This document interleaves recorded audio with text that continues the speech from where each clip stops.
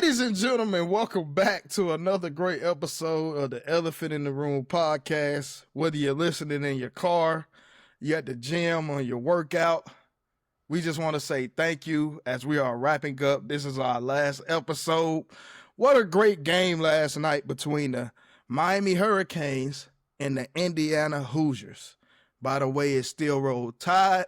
But fellas, what are y'all thoughts on that game on Monday night?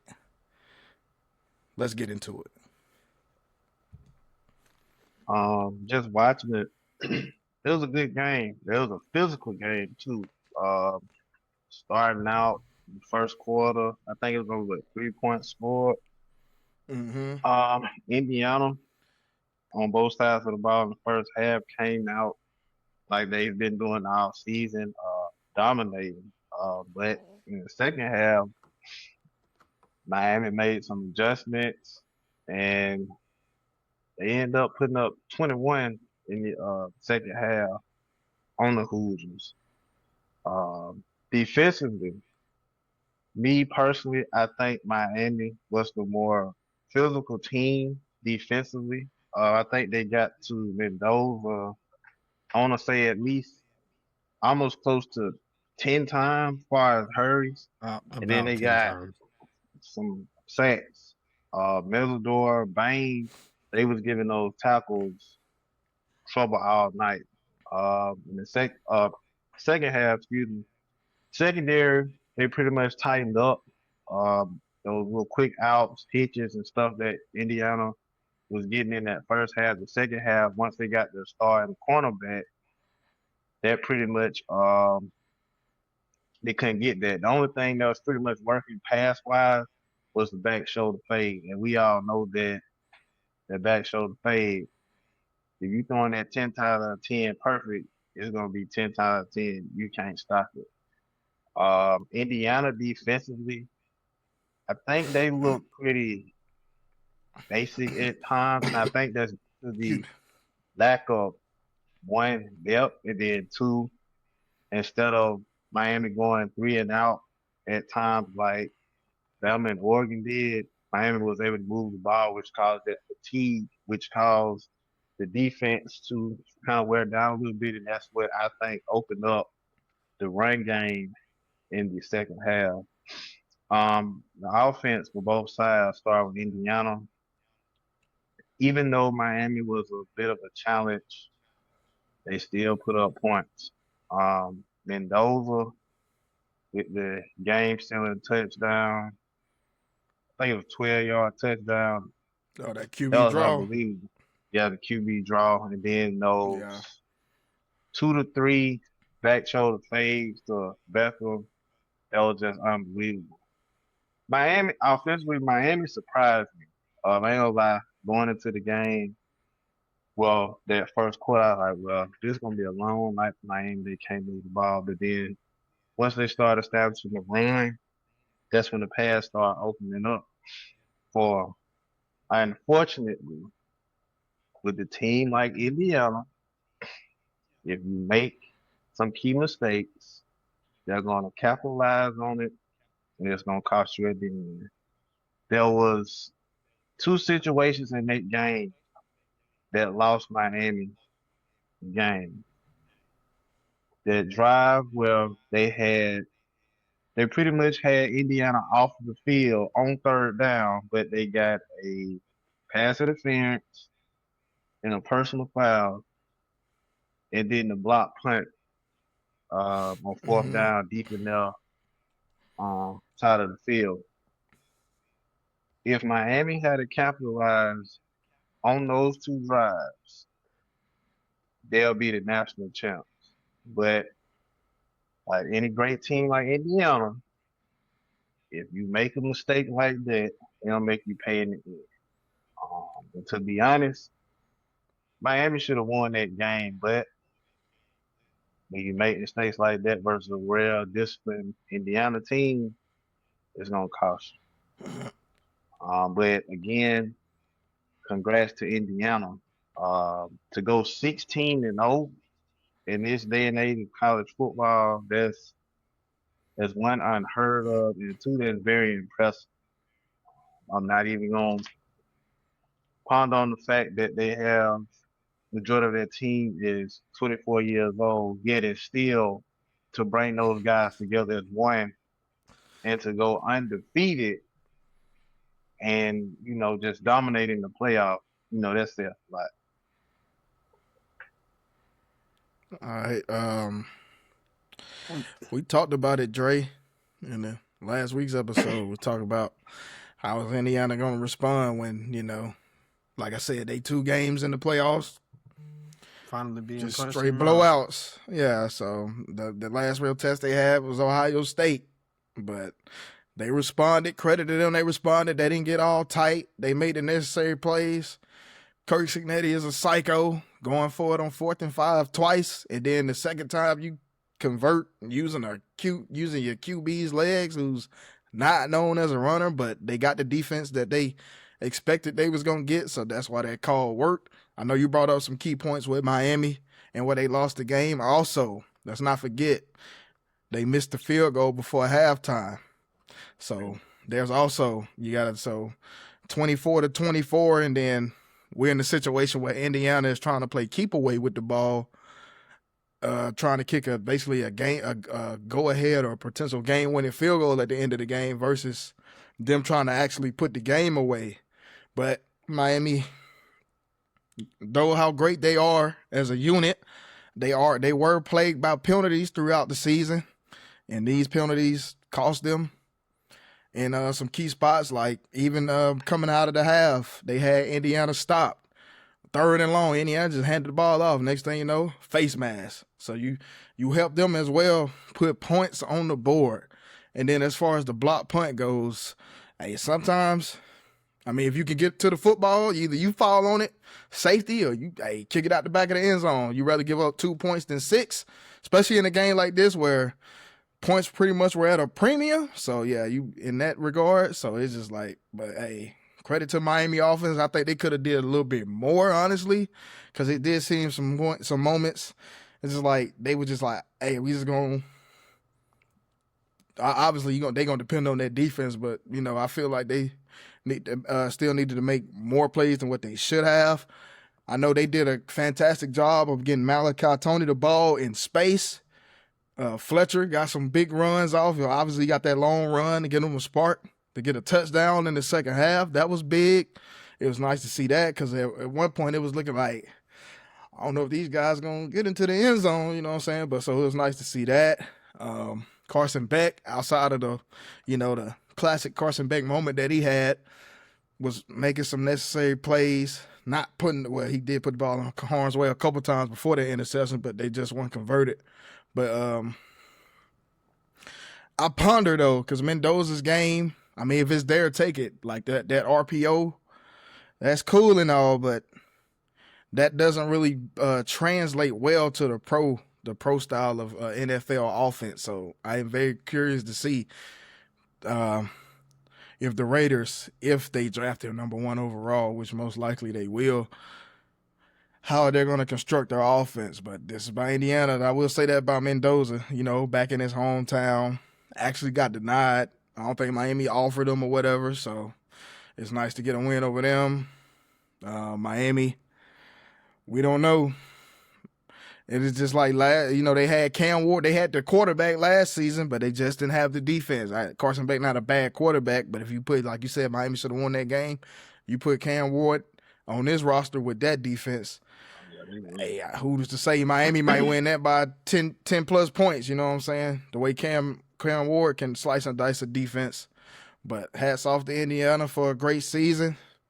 I just want to know how Coach Cignetti is going to use this as a selling point in the future, because it looks like he's taking that college basketball approach. Because, in college basketball, a lot of these schools, college basketball is the ones who getting these 4th and 5th year players, the ones that know they probably not going to be in the league or they're going to be at the bottom of a roster. That's how they do it in college basketball, and that's how they construct these rosters in college basketball. So I just want to see, could he build upon this? No, Why you don't think so? He won't be able to do that because 47 of those players are 24 years of age, which means that they've been in college 6 to 7 years. So the Oh yeah, average the college COVID year. player, yeah, so that year is up this year. So the average player staying in college now 3 years. So you got 4, give or take 5. That ain't being duplicated no more. Now that COVID class, I like to call the COVID class, 19 and 2020 class, the eligibility is up. So now I really want to see how college football is going to look now that you'll have some form of normality where it's just strictly 18 to 21 to 22-year-olds playing versus folks my age at that point. So I really want to see how that's going to look now. As far as He Indiana, 34, by the way, ladies and gentlemen. I think that's it. Uh, your team was 24 years old. Come on. I don't think now And this speaking gonna of be that,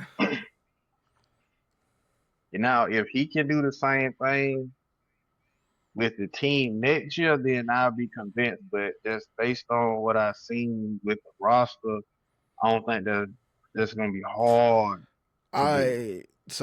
but my question is too. Well, Drake, before I get into that, let's let what you got for the game before I get into my next question of what I was going to ask. As far as the game goes, the game is excellent. I think it's the first national championship in quite some time that I could honestly say was very watchable. It was appeasing to watch from both sides as far as how they matched up. We talked about it, like you said in the last episode. It's a unstoppable force meeting a immovable object, and that's what they ended up being. And that's why, we talked about it. It was going to be a small margin. I know. In the episode, I didn't call a shot for either team in the chat. I called for Indiana, like I said, based off what I saw in person. And what I saw in person is that they are the most battle-tested team. They were the most sustainable team. To Finn's point, yeah, you got some 6th and 7th year guys out there that have a ton of experience. I don't really see it to that point. I don't really see it being different from the super seniors that are still going to be around. There's still going to be some 4th and 5th year guys that I think even now that all the COVID babies are leaving, there's still going to be rosters full of 4th and 5th year guys. And then some young mixed in talent that makes and matches the puzzle. I think that's something we'll be seeing later. Back to the game though, from start to finish, I love a game at that level of that magnitude that features all 3 phases of the game, from offense to defense to special teams. Like y'all said at first, I felt like Miami's offense greatly struggled because they were trying so hard to get the run game going, which it did bust a couple times for scores, but that passing game and that experience from Carson Beck was what was really needed in this game. And I think if you get him going a little bit earlier, even though they did put up 21 points in the second half, and a great drive there in the fourth quarter, after the biggest play of the game, which I said to you, I felt like was the play of the game. Yeah. But thereafter to go 2 minutes and put together a drive, you know what I'm saying, and go execute and go score, that was really big time there in the second half. But going back over, two of, to me, the most critical special teams errors, the 50-yarder that they ended up missing, doinking off the right side. I saw it right off his foot, said it's going to be pushed out too far right.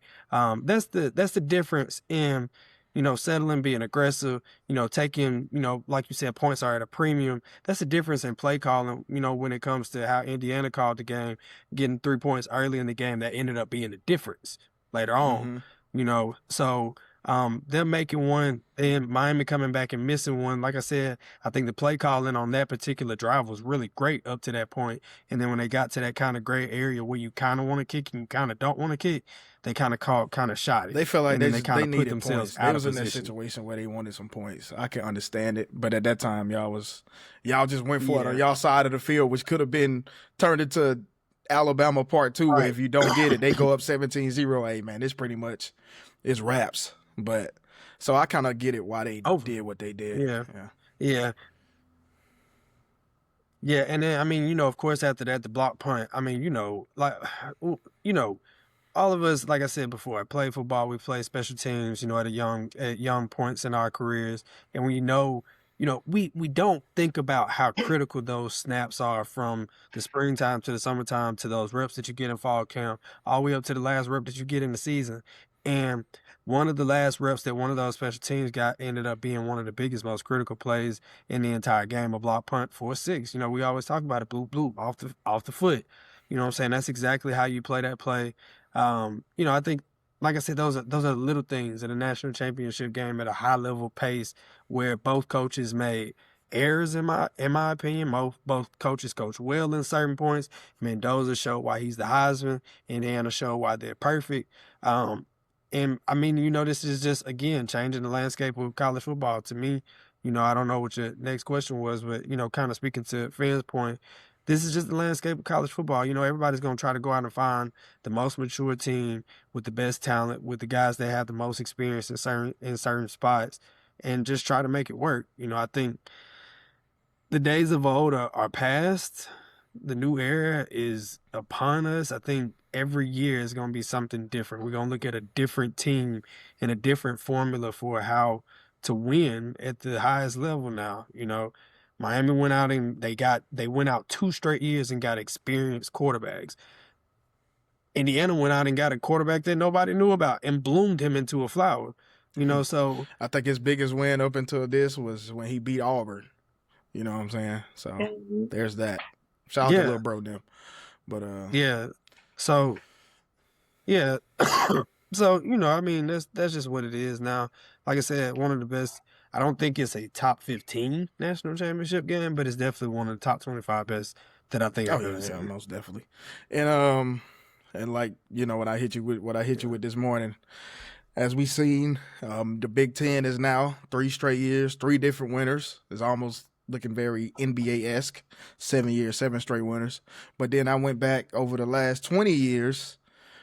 SEC 13, ACC 3, Big Ten 4. And if you take away BCS and just use strictly CFP years, we still got SEC 6, Big Ten 4, ACC 2, Clemson.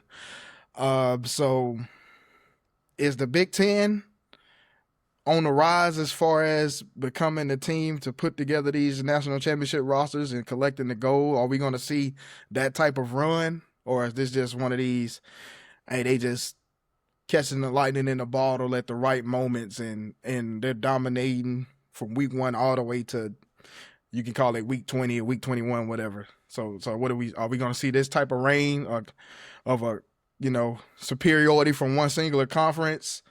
Or is it? I feel like the Big Ten is taking advantage of the moment right now. And until the SEC finds a way to soften up, which they can't, their own schedules in order to give the SEC teams the equal opportunity that these Big Ten teams have when they get to playoff time, the standard still bears that the SEC is the god of, college football. Like that oracle hasn't changed. I understand that, all the SEC teams were knocked out. I do understand that. A lot of them beat up, transfer portal, coaching changes, a lot of things that, have been talked about throughout the college football year as far as how this calendar works when it comes to, the CFP and everything like that. Like, where is Ole Miss if Lane doesn't have to leave the sidelines? You know what I'm saying? So where are certain teams if guys aren't able to entertain the transfer portal while they're actively in college football playoff positioning? So there's so much difference that takes place, and I feel like the Big Ten takes the most advantage of that because they have the easiest schedule up to conference championship, round 1 or round 2, round 3 in the national championship. That's 4 or 5 games at best that you have to play great for. And possibly As whoever opposed to they having to face play week great 1, for whoever 15 to faces, 16 games. yeah, possibly if they face a team week 1, week 2, like we've seen over the years. So I will say that. But what about you, Finn? What you got for that? Yeah. I think now, is just a moment. I don't think that they'll have the run that they have like the SEC due to the fact that the Big Ten is top heavy. You got Michigan, Ohio State, Indiana, and Oregon. Those are the top four. Oregon, Whereas the SEC, you got Bama, Georgia, LSU, Ole Miss. Who else? Tennessee, who still Texas, got potential. Texas A&M, Oklahoma, um, Oklahoma. That's 9 teams. Oklahoma, That's 9 teams. So possibly even to Florida, depending on what happens in the future. you can put Florida, and you could possibly put Auburn in there. So mine is, let's just say, 3 of the teams in the SEC. 10 of those teams, if they have the roster and the coaching, could pretty much take over Oh, we forgot and one win the too. national championship. Vanderbilt. We forgot I Vanderbilt ain't as gonna well. say that. But I hear you. I ain't gonna say that. Yeah. Nah, I think they can. I get what you coming, but Nah, I ain't gonna say that. to go from what they went from to this. Yeah, I ain't gonna say Baby that. Indiana, man. I mean, they weren't the worst program ever, but you know, since we was on the topic of transfers, I know me and Dre talked about it, but we was gonna save it for this episode. As we seen Alabama, there was about 25 guys hopping to the portal. I want to bring up something that Clint Dix actually said himself. He said, if you turn the tape on and you look at the production, tell me what guys, you know, basically who produced it, like who is gonna be worth missing, basically. What are y'all thoughts on that? He actually right. Even though we lost who, the two I'm gonna focus on is Rusal and Smith. Now, don't Rusar, get me James wrong. Smith, Cam. I thought Cam Calhoun was one of the guys He I ain't really think could have played. did something next season. But as far as those two, when he said that statement, I think about it. I refer back to the game. Yeah, they're good. They're great athletes, but they didn't really take over. You see what I'm saying? They weren't like a Tim Keenan A or Mazador, a Reuben Austin, Bain. or you even throw Jefferson in there. So with that, he pretty much right. Yeah, we hate to lose them, but ideally, what have they done for us lately? So Right. with that, I don't really see. The only thing we lost is depth. But as far as production, I gotta agree with him on that. Yeah, I echo the sentiment, man. I think, honestly, that again, that goes back to the landscape of college football. Like, to me, it's nothing. He just said plainly what we already know. This happens every year. Like, you gonna lose somebody. It's college football, and even more so now that money's being thrown around. You got to really look at them like who's being productive and who's not, because not all transfers are created equal. Not everybody's hopping in the portal by choice. Some people are being tapped on the shoulder and told, "This is your option, and this is your option." We talked about it. I told you it's crazy to me that when you look at the article from Ty about his options, he never said returning to Alabama was an option. It was either I was going to the draft or I was going here, or here.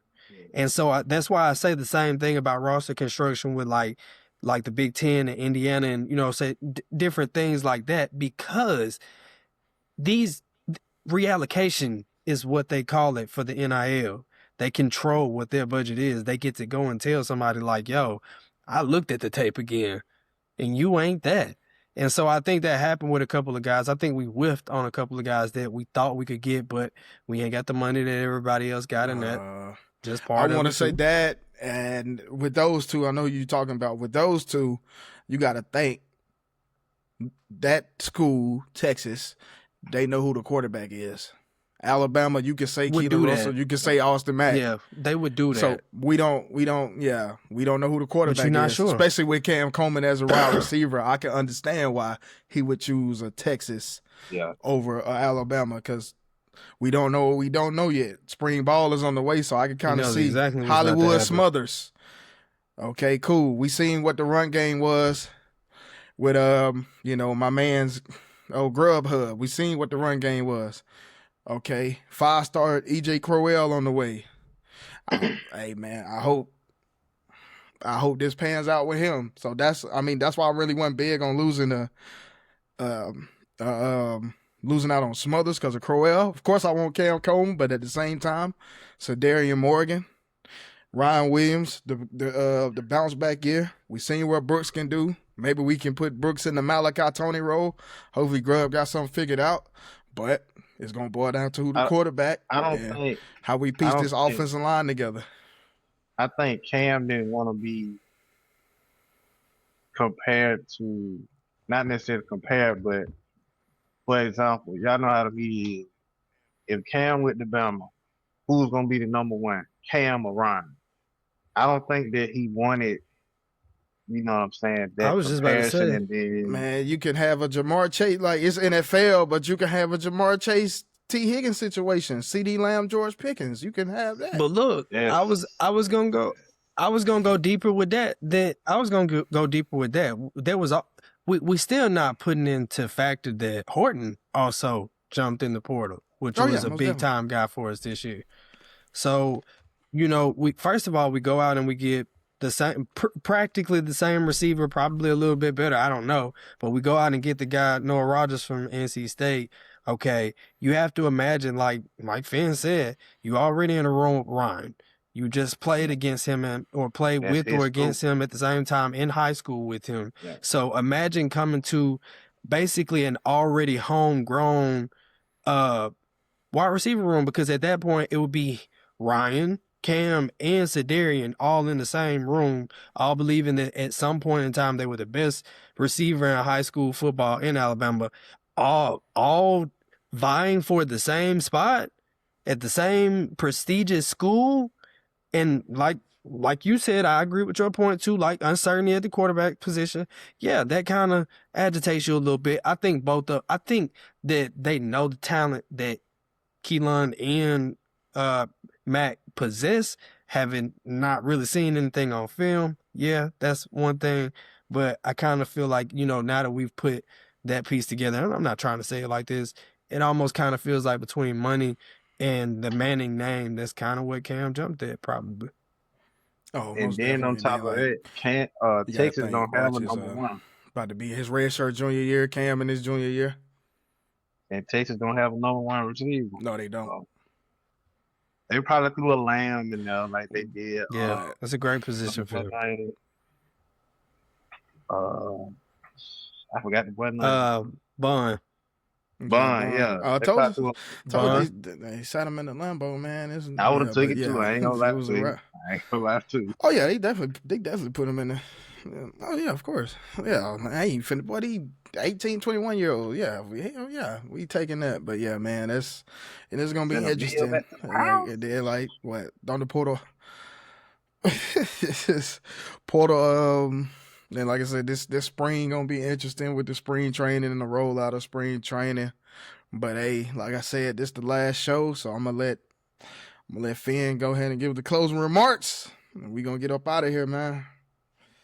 Well, before I do the closing remarks, I just got one question, and it's regarding Alabama. From now to spring, well, let's just say now, spring, summer, and let's just say the second game. What side of the ball would y'all like to see? Well, what position would y'all like to see improvement on? I think I already know. I'm gonna go with the offensive line as a unit because it was up and down at the most, and running back, if we being honest, because sometimes we're accustomed to some running backs that we had in the past that even with the O-line was hit or miss, they can still turn a run to 5 yards or even more. With this running back room we had this past season, it's like, hey, if the O-line can't get it for us, we can't get it. So those two positions, outside of quarterback, obviously, we already know what that's a whole different. That's been the talk around Tuscaloosa pretty much since Bryce Young left. We had the Milroe years for 2 years, but even then, like, okay, what we gonna do with this? Even then, we seen what happened. He got benched, and then the Ty Simpson and all that coming in with that. So now Now we got Mac, Russell, Sanborn, but that's a year from now. But like I said, my two biggest is really the offensive line and the running back as a whole unit. Nah, that's what I got. I would have to go also with the trenches, but this time I'm going defensive line. And I say that because, for a very long time we were a force to be reckoned with, in the trenches in the run game. And all year long I felt like it was very sweet in the run game. I don't feel like we always created enough pressure. I don't feel like we were always relentless. I don't feel like we set the standard, about what happens in the trenches with our defensive line. And that proved to be pretty critical in the Indiana game because they ran all slap over us. They protected Mendoza very well. That's what led to them having a very good lead. And then that's kind of the same thing with Oklahoma. That's what made that such a tough game. Is at times we could not create pressure, but we have some very good athletes on that defensive line. And I know we just brought in a couple edge rushers and a couple of other interior linemen too from the portal. So, and I know we got some other stuff on the way. I know Coach DeBoer is still trying to recruit up and coach things his way. So, I'm trying to be patient with that. But if anything, for me, the defensive line. Okay. All right, to close out this 2025 season, it's been a long season. It's been a very interesting season. Unfortunately, Bama did not win the championship. But even though they had a lot of ups and downs this season, they still were able to make it to the SEC with no running game, no offensive line. They were able to get past the first round with minimum help from the O-line and somewhat of production from the running backs. So going into 2026 to close out 2025, I just hope that Bama is just simply just better than 2025. Starting with the O-line. If the O-line is twice as good as the 2025 O-line, I can see Bama going a lot further, depending on who's the quarterback. Defensively, we'll have the most experienced secondary, I think, in college football. That back four, and fires with the linebackers. We got one transfer from Virginia Tech that I know, Caleb Woodson. He's gonna be a problem. Then you have Pierre, and then I think you have a young man from South Carolina who's a great edge rusher. I think the defense, I think they might just be a tad bit better than 2025. All in all, close it out and bring it in. It's been a great season covering Alabama football, and 2026 will be even better because I'm gonna go ahead and predict that I'm gonna have a better season this year. And that's all I got to say about that.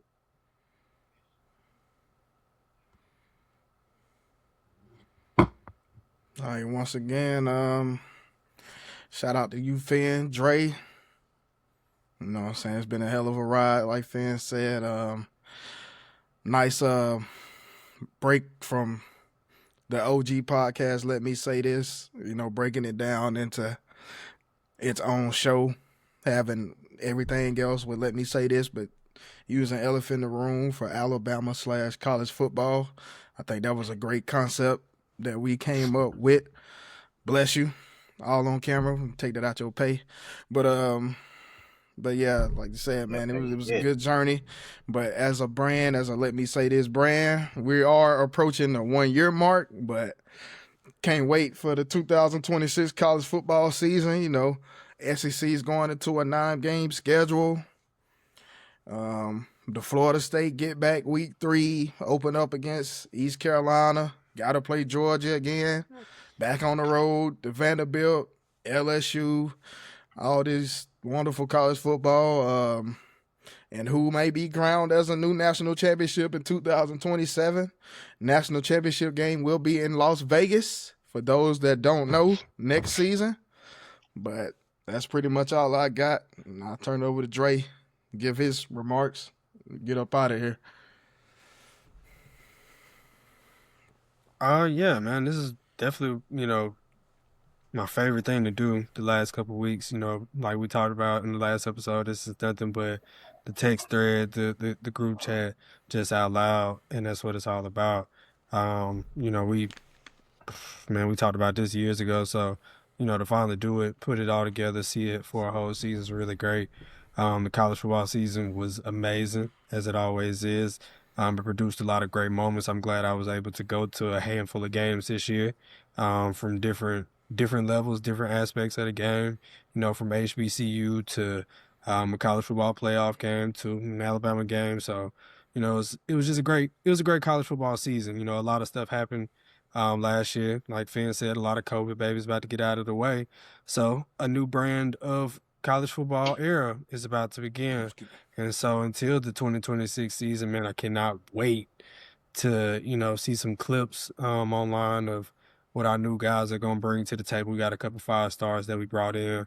I know the transfer portal has to open back up in a little bit. So, we might get a little more activity out of it in the spring. So we'll see what happens. But I'm proud of Alabama and what they did this year.